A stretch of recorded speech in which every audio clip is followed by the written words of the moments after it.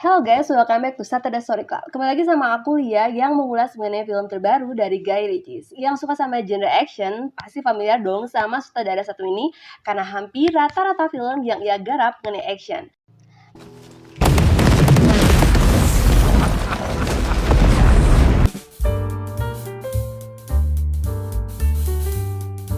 Nah, film ini adalah The Ministry and Gentleman Warfare yang berdasarkan pada buku Cersei Secret Warrior The Explosive True Story The Special Force Desperados of WWE tahun 2014.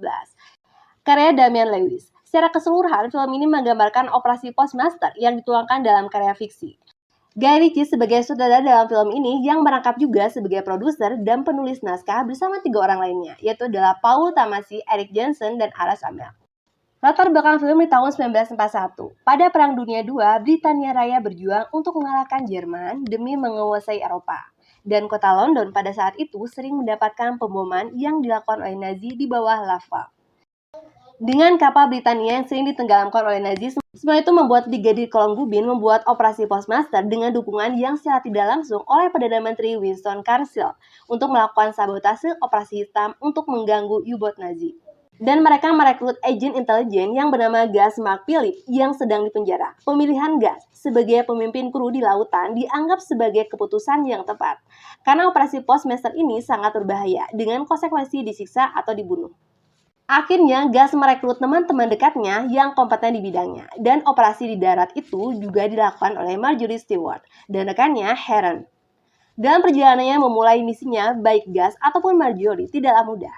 Gus harus menghadapi kapal laut Nazi dan Heron harus masuk dalam lingkungan Nazi untuk mencari tahu informasi untuk kepentingan intelijen yang mana lama-kelamaan kedok mereka mulai terbongkar. The Ministry of Gentleman Warfare yang aku suka dalam film ini adalah plot cerita film yang menarik dengan tema kisah nyata yang disajikan dengan fiksi. Beberapa adegan yang ditampilkan berkesan cerdas dan gesit yang mencerminkan kinerja intelijen negara yang baik. Film yang bercerita di tahun 1941 yang menampilkan bangunan, mobil, penampilan tata busana para pemain, dan keseluruhan properti yang lain yang sangat mendukung serasa masuk pada zamannya. Apalagi yang aku suka adalah penampilan dari tokoh Marjorie yang cantik dan elegan dengan balutan busana di tahun 40-an. The Ministry and Gentleman Warfare, film action yang disajikan dengan santai.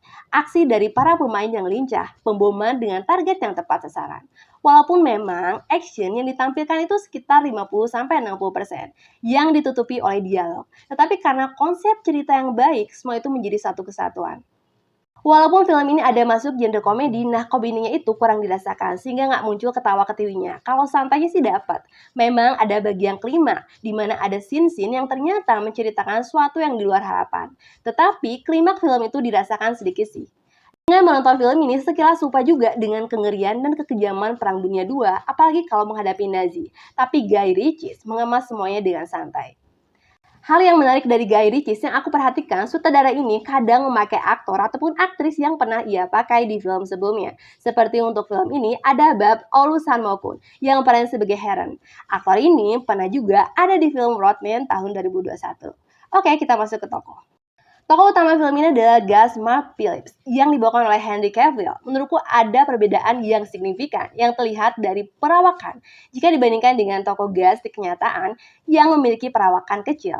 Sedangkan Henry Cavill itu memiliki perawakan yang kuat, gagah. Sebenarnya sih bisa aja kalau pakai CGI untuk mengecilkan badan Henry sehingga ada kemiripan dengan tokoh aslinya. Overall, untuk chemistry antara pemain, aku menikmati mereka dalam memainkan perannya masing-masing. Nah, kalau tokoh filmnya itu sendiri adalah Henry Ler yang dibawakan oleh aktor Til Schweiger. Sepertinya, sang sutradara tidak menampilkan perwira Nazi yang sangat kejam, tetapi untuk kelicikannya sebagai seorang villain itu terlihat. Nah, Sinemania bisa nonton film ini di Prime Video.